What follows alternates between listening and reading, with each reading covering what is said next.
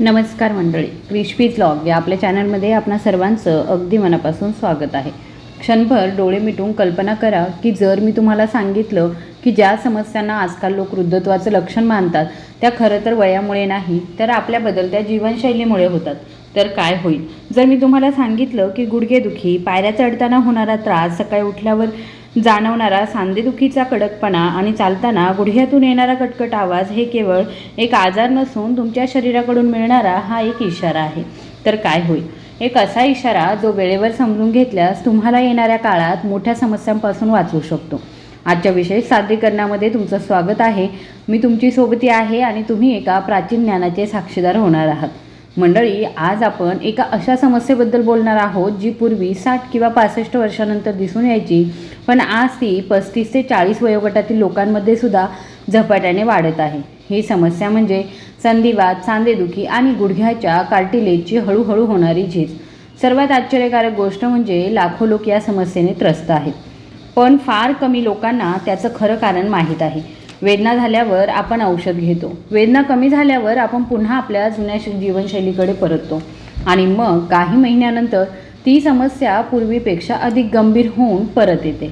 पण मंडळी, आज मी केवळ समस्या स्पष्ट करणार नाही तर आपल्या पूर्वजांना शतकांपूर्वी माहीत असलेला एक उपायही उघड करणार आहे. तुमच्या स्वयंपाकघरामध्ये असलेला एक नैसर्गिक सोबती, ज्याला आपण केवळ एक चव आणणारा पदार्थ समजून अनेकदा विसरून जातो. होय, आपण बोलत आहोत ते म्हणजे पांढऱ्या तिळाबद्दल. हे एक छोटंसं बी आयुर्वेद आणि प्राचीन भारतीय परंपरांमध्ये शक्ती, पोषण आणि दीर्घायुष्याचं प्रतीक मानलं जातं. जरा विचार करा, प्राचीन काळातील लोक प्रचंड शारीरिक श्रम करूनही दीर्घकाळ सक्रिय कसे राहत असतील? त्यांचे गुडघे इतक्या लवकर का थकत नसतील? त्यांची हाडे इतकी मजबूत का होती? याचं एक प्रमुख कारण म्हणजे त्यांचा आहार. त्यांचा आहार नैसर्गिक पोषक तत्वांनी समृद्ध होता. पांढरे तीळ त्या पोषणाचा एक महत्त्वाचा भाग होते. तिळामध्ये आढळणारं कॅल्शियम, मॅग्नेशियम, लोह, जस्त आणि इतर आवश्यक पोषक तत्वे शरीराला निरोगी हाडे आणि सांधे टिकवून ठेवण्यासाठी आवश्यक असलेला पाया पुरवतात. मंडळी, आता एक महत्त्वाचा मुद्दा समजून घ्या. आपले गुडघे एखाद्या यंत्राच्या सांध्याप्रमाणे कार्य करतात. जोपर्यंत गुडघे लवचिक, मजबूत आणि योग्यरित्या पोषित राहतात तोपर्यंत आपण कोणत्याही त्रासाशिवाय फिरू शकतो. पण जसजसं शरीरामध्ये पोषणाची कमतरता भासू लागते, शारीरिक हालचाल कमी होते आणि जास्त वेळ बसण्याची समस्या वाढते, तसतसा गुडघ्यांमधील दाब हळूहळू वाढतो. सुरुवातीला हलकी वेदना होते, मग पायऱ्या चढताना अस्वस्थता जाणवते, त्यानंतर सकाळी उठल्यावर सांधे आखडल्यासारखे वाटतात आणि एका टप्प्यावरती तर साधं चालणंसुद्धा कठीण होऊन बसतं. इथेच बहुतेक लोक सर्वात मोठी चूक करतात. ते फक्त वेदना थांबवण्याचा प्रयत्न करतात. ते मूळ कारणावरती उपाय करण्याऐवजी वेदनाशामक गोळ्या घेतात, पण ते शरीरातील मूळ कमकुवतपणा दूर करण्याचा प्रयत्नच करत नाही. मंडळी, वेदना ही शरीराची शत्रू नाही आहे. वेदना हा शरीराचा एक संदेशवाहक आहे, जो तुम्हाला सांगत असतो की काहीतरी दुरुस्त करण्याची गरज आहे. आता कल्पना करा की तुम्ही आजपासून तुमच्या शरीराला योग्य पोषण देण्यास सुरुवात केली आहे. तुम्ही तुमच्या दैनंदिन दिनचर्येमध्ये हलका व्यायाम, नियमित चालणं आणि संतुलित आहाराचा समावेश केला आहे. तुम्ही तुमच्या आहारामध्ये पांढऱ्या तिळासारख्या पौष्टिक पदार्थांचाही समावेश केला आहे. हळूहळू शरीरामध्ये बदल घडू लागतात. सर्वप्रथम पचनसंस्था सुधारते, त्यानंतर शरीराला आवश्यक खनिजे मिळू लागतात. मग हे पोषण हाडे, स्नायू आणि सांध्यांपर्यंत पोहोचतं आणि येथूनच शरीराला हातून मजबूत करणारा प्रवास सुरू होतो. पण मंडळी, गोष्ट इथेच थांबत नाही किंवा संपत नाही. जेव्हा आपल्याला हे समजतं की गुडघेदुखी ही केवळ गुडघ्याची समस्या नाही, तेव्हा खरं रहस्य उघड होतं. तिचा संबंध आपल्या संपूर्ण शरीराशी आहे. आपले स्नायू, आपलं वजन, आपली दैनंदिन दिनचर्या आणि अगदी आपल्या झोपेशी सुद्धा. आणि पुढच्या भागामध्ये आपण या रहस्याचा अधिक सखोल अभ्याससुद्धा करणार आहोत. आजच्या आधुनिक जीवनशैलीमुळे आपले गुडघे अकालीवृद्ध का होत आहेत आणि काही सोपे बदल करून ही परिस्थिती कशी उलटवता येईल? मंडळी, चला आता आपण एका अशा सत्यावरती चर्चा करूया जे फार कमी लोकांना माहीत आहे.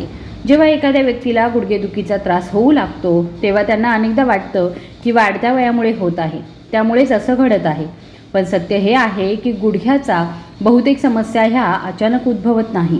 त्या अनेक वर्षांपासून हळूहळू विकसित होत असतात आणि आपल्याला त्याची जाणीवही होत नाही. सुरुवातीला शरीर काही छोटे संकेत देतं, जसं की बराच वेळ बसल्यानंतर उठल्यावर वेदना होणं, पायऱ्या चढताना गुडघ्यांवर ताण येणं, थोडं चालल्यानंतर पाय जड वाटणं किंवा झोपेतून उठल्यावर काही मिनिटांसाठी गुडघे आखडणं.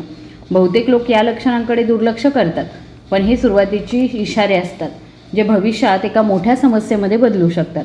मंडळी, तुमच्या दिवसाची कल्पना करा. सकाळी उठल्यावर बरेच लोक लगेच आपला मोबाईल फोन पाहू लागतात. मग ते तासनतास खुर्चीत बसून काम करतात. ऑफिसमध्ये बसून वेळ निघून जातो. घरी परतल्यावर ते पुन्हा TV किंवा मोबाईल फोनसमोर बसतात. शरीराचे स्नायू जे एकेकाळी धावण्यासाठी, चालण्यासाठी आणि सक्रिय राहण्यासाठी बनवलेले होते, ते आता तासनतास निष्क्रिय राहतात.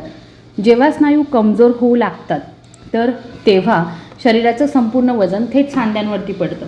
यामुळेच गुडघ्यांभोवतीचे स्नायू हळूहळू आपली ताकद गमावतात, ज्यामुळे गुडघ्यांवरील दाब वाढतो. प्राचीन ज्ञानानुसार शरीराचा प्रत्येक भाग इतर भागांशी जोडलेला असतो. मांडीचे स्नायू कमजोर असल्यास त्याचा परिणाम गुडघ्यांवर होतो. पाठीचे स्नायू कमजोर असल्यास चालण्याच्या पद्धतीमध्ये बदल होतो. शरीराचे वजन वाढल्याने गुडघ्यांवर अतिरिक्त भार पडतो.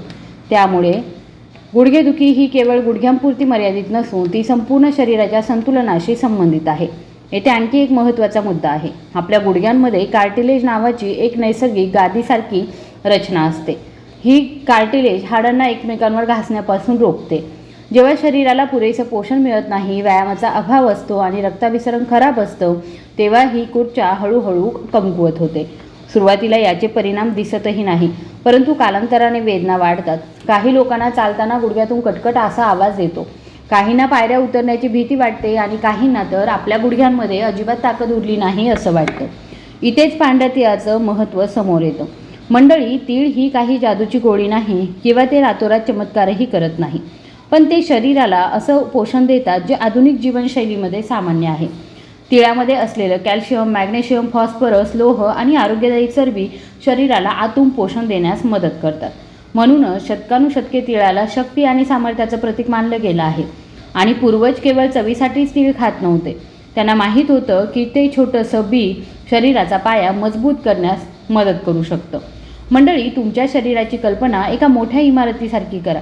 जर त्या इमारतीचा पाया कमकुवत असेल तर तुम्ही बाहेरून कितीही रंग दिला तरीसुद्धा ती जास्त काळ मजबूत राहणार नाही. त्याचप्रमाणे जर हाडे आणि स्नायू कमकुवत झाले तर केवळ वेदना दाबून ठेवल्याने समस्या सुटणार नाही. शरीरातून मजबूत केलं पाहिजे आणि इथे संतुलित आहार, नियमित व्यायाम आणि निरोगी जीवनशैली महत्त्वाची ठरते. पण केवळ पोषण पुरेसं नाही, शरीर कार्यरत ठेवणं तितकंच महत्त्वाचं सुद्धा आहे. आजकाल अनेक लोकांना वाटतं की केवळ वेदना होत आहेत म्हणून त्यांनी विश्रांती घेतली पाहिजे.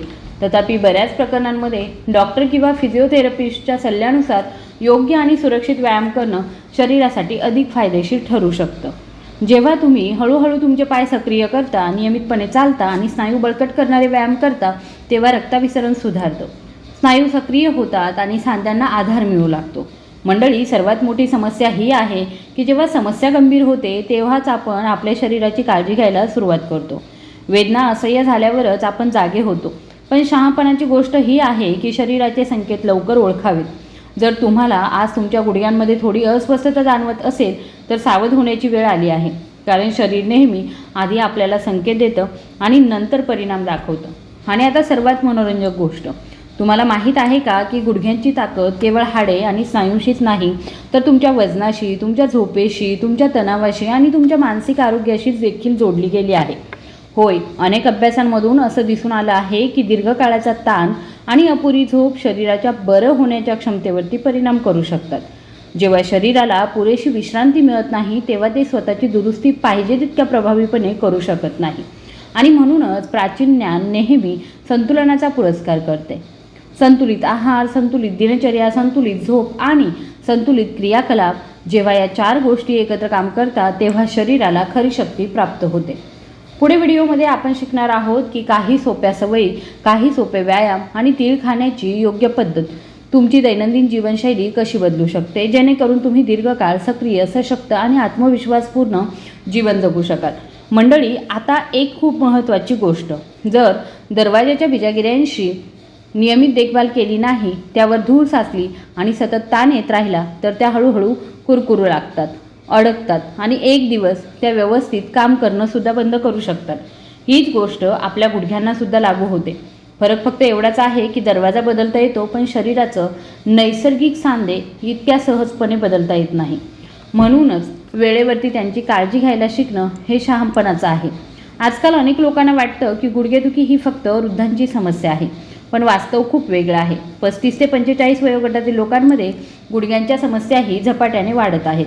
याचं एक प्रमुख कारण म्हणजे वाढतं वजन. मंडळी, जेव्हा शरीराचं वजन वाढतं तेव्हा सर्वात जास्त दाब गुडघ्यांवर येतो. कल्पना करा, जर एखाद्या व्यक्तीचं वजन फक्त 5 किंवा 10 किलोने वाढलं तर चालताना गुडघ्यांवरील दाब अनेक पटींनी वाढू शकतो. म्हणूनच केवळ चांगलं दिसण्यासाठीच नव्हे तर गुडघ्यांच्या संरक्षणासाठी वजन नियंत्रण आवश्यक आहे. आता आपण गतिशीलतेबद्दल सुद्धा बोलूया. आपले पूर्वज आजच्या लोकांपेक्षा खूपच जास्त सक्रिय जीवन जगत होते. ते शेतात काम करायचे, चालायचे आणि नैसर्गिक जीवनशैली जगत होते. त्यांचे स्नायू सतत सक्रिय असायचे. पण आजचा मानव तासनतास एकाच जागी बसून राहतो. शरीराला आवश्यक असलेली हालचाल मिळत नाही. हळूहळू मांडीचे स्नायू कमजोर होऊ लागतात, नितंबांच्या सभोवतालचे स्नायू त्यांची ताकद गमावू लागतात आणि गुडघ्यांना मिळणारा नैसर्गिक आधारही कमी होतो. परिणामी गुडघ्यांवर अतिरिक्त दाब येऊ लागतो. इथेच नियमित व्यायामाची भूमिका महत्त्वाची ठरते. मंडळी, व्यायाम म्हणजे फक्त जिममध्ये जाणं नव्हे. कधीकधी साधं चालणं, हलकं स्ट्रेचिंग, नियमित सकाळचं चालणं आणि शरीराला सक्रिय ठेवल्याने खूप मोठा फरक पडू शकतो. जेव्हा आपण हालचाल करतो तेव्हा रक्ताभिसरण सुधारतं, ऑक्सिजन आणि पोषक तत्वे स्नायूंपर्यंत पोहोचतात आणि आजूबाजूच्या रचना सक्रिय राहतात. म्हणूनच दीर्घकाळ निष्क्रिय राहण्यापेक्षा नियंत्रित आणि सुरक्षित हालचाल शरीरासाठी अधिक फायदेशीर ठरू शकते. आता पुन्हा एकदा पांढऱ्या तिळाबद्दल बोलूया.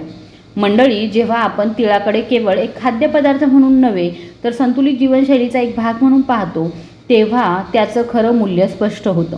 तिळामध्ये असलेली पोषक तत्वे शरीराच्या सामान्य पौष्टिक गरजा पूर्ण करण्यास मदत करतात. कॅल्शियम, मॅग्नेशियम, फॉस्फरस आणि इतर खनिजे शरीराच्या विविध कार्यांसाठी महत्त्वाची मानली जातात. म्हणूनच प्राचीन भारतीय परंपरेमध्ये तिळाला एक विशेष स्थान दिलं गेलं आहे. पण मंडळी, केवळ तीळ खाल्ल्याने सर्व काही बदलणार नाही. जर एखादी व्यक्ती दिवसभर नुसती बसून राहत असेल, अजिबात हालचाल करत नसेल, शरीराला सक्रिय ठेवत नसेल आणि मग केवळ एका अन्नातून चमत्काराची अपेक्षा करत असेल तर हा योग्य दृष्टिकोन नाही. खरा बदल तेव्हाच होतो जेव्हा योग्य आहार आणि योग्य सवयी एकत्र येतात. हे एक असं तत्व आहे जे आपल्या पूर्वजांना चांगलंच समजलं होतं. ते अन्नाला औषध मानत नव्हते तर एक जीवनशैली मानत होते. कल्पना करा की जर तुम्ही दररोजच्या तुमच्या शरीरासाठी थोडा वेळ दिला, नियमितपणे चाललात, पुरेसं पाणी प्यायलात, संतुलित आहार घेतलात, वेळेवर झोपलात आणि तुमच्या शरीराच्या गरजा समजून घेतल्या, तर येत्या काही वर्षांमध्ये तुमची परिस्थिती किती वेगळी असू शकते. 40शीत गुडघेदुखीने त्रस्त असलेले बरेच लोक योग्य वेळी योग्य बदल करून आपल्या जीवनाचा दर्जा सुधारू शकतात. मंडळी, आणखी एक महत्त्वाचा मुद्दा आहे जो लोक अनेकदा विसरतात, तो म्हणजे संयम. शरीर हे काही मशीन नाही की तुम्ही आज एक बटन दाबाल आणि उद्या तुमच्यामध्ये परिणाम मिळतील. शरीरामध्ये बदल घडवण्यासाठी वेळ लागतो.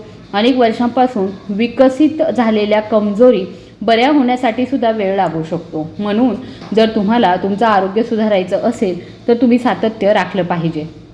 नियमितता हेच सर्वोत्तम औषध आहे.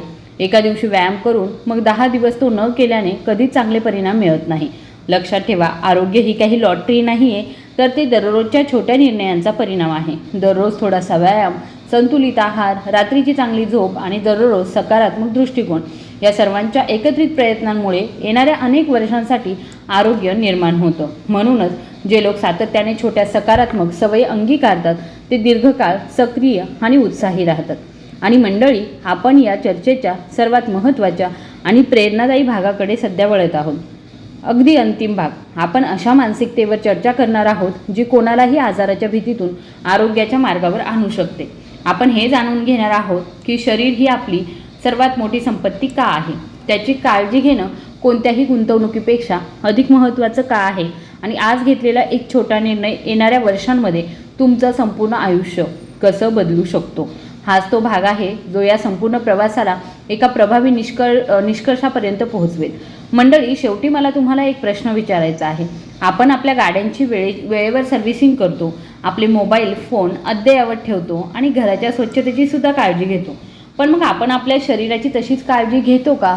हे शरीरच आपलं खरं घर आहे. जर ते निरोगी नसेल तर कितीही यश, कितीही पैसा, कितीही आराम आपल्याला खरा आनंद देऊ शकत नाही.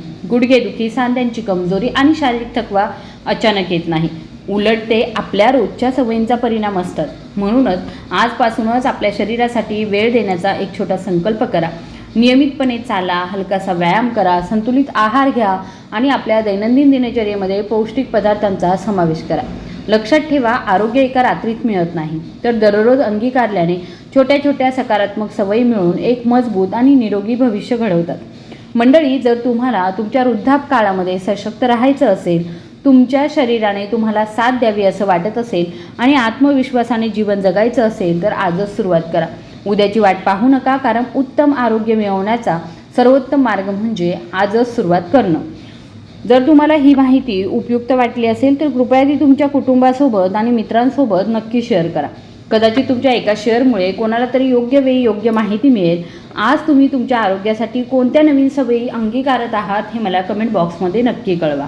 आणि त्याचबरोबर तुम्ही जर आपल्या चॅनलवरती नवीन आला असाल तर आपल्या चॅनलला सबस्क्राईब करायला विसरू नका.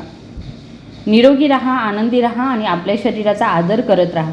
लक्षात ठेवा, उत्तम आरोग्य ही जीवनाची सर्वात मोठी संपत्ती आहे. धन्यवाद.